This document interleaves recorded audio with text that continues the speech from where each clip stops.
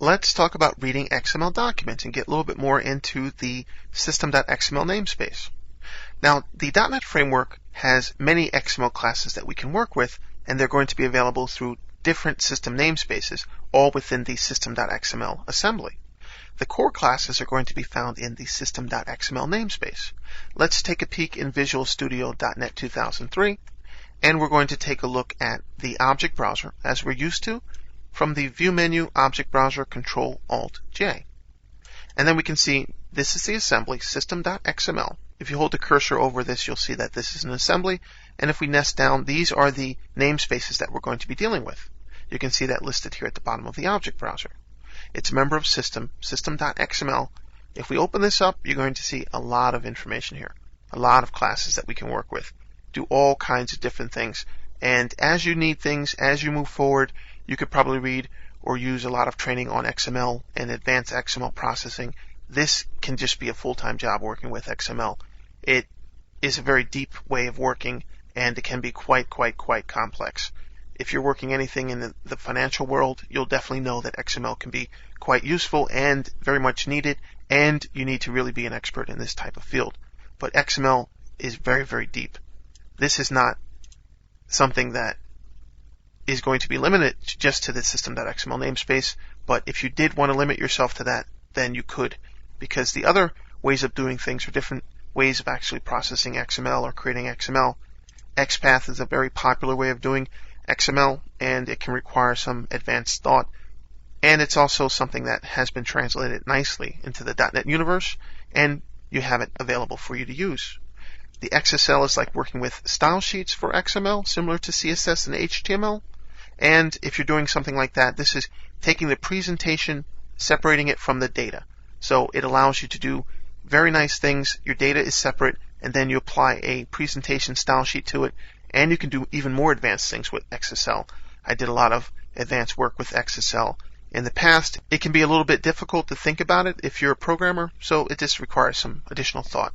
The whole idea behind XML is not to be so difficult, not to make things harder for yourself. And this is a great way to start, because you're going to be doing a lot of debugging with XML if you don't take that approach. Start small, start easy, and then work your way into the more advanced things as you need things.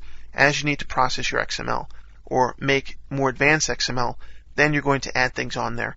You really want to get your application to work correctly, and you want to use it in nice ways that's going to allow your data to be presented very nicely. And like I said, don't overdo it. So then you further have serialization. This is working a lot with SOAP. If you were doing a lot with SOAP, then you would really look into the serialization namespace. And then we have schema, and XML can depend on schemas. And if you're doing that, that's more advanced processing as well. And again, you're going to want to do some research on that. We'll concentrate on the system.xml, which is deep. It's not like we're lacking anything here. It's very deep. And you can see that we're going to be doing a little bit here within the text reader, as you can see. And these are all the methods and ways of working with the XML text reader, including the properties as well. So back in our discussion here, XML reader, this is going to be a fast, forward-only, read-only cursor that's going to allow us to do some very easy processing of our XML documents. Now the reason why it's so fast is because it is forward-only and it is read-only. If it was writable, then there would be overhead there, as well as moving in the reverse direction that requires overhead as well. We're not talking about seconds here, we're talking about split seconds. The processing of a lot of rows, a lot of records, a lot of XML, this is going to give an overhead eventually when you have thousands and tens of thousands of files that you need to read, and then lines of code as well. So you can understand that a forward-only, read-only is going to be the fastest, and this is what we're going to want to use. We're going to take a top-down approach to our XML, and then a left-to-right approach. Read in each line, and then process the attributes on each line, as you can see, ID, price, and quantity.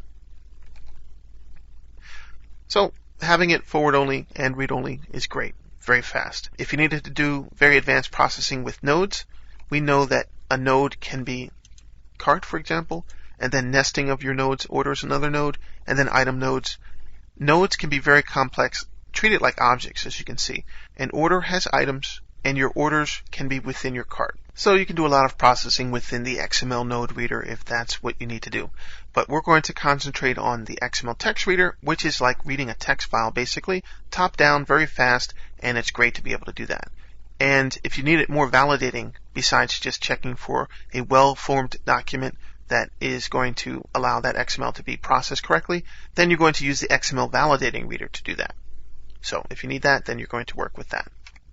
So quickly, XML reader is very easy to set up. We're going to see it in an example. You're going to be using the system.xml namespace here, lowercase m, lowercase l, don't get confused, all uppercases. This is going to not compile. You'll quickly see that this is not going to compile.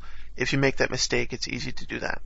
Just establish a quick class, your main function, and then you're going to do your XML text reader. Establish a variable, tr, and all you have to do is equals a new XML text reader and your file name. Very easy to set that up. We now have a connection to our file, and then, if you wanted to, you could just do a while loop and then read from that variable. And this is going to allow us to read each line in, and then we can do our processing, as you're going to see in our example. Very easy to get started. The text reader. This is responsible for not only reading the XML, each line, but it's also how we move through the file. Just keep that in mind. It can read one node or more nodes into the application or into variables or into however we want to use those actual pieces of the XML. This is going to read in that stream. There are quite a few methods, as you could see when we looked at the object browser. I encourage you to go through that and take a peek at it. The popular ones here are in green. We can move to an attribute. We're going to see that. If you wanted to, you can move to a first attribute. You can also move to your elements.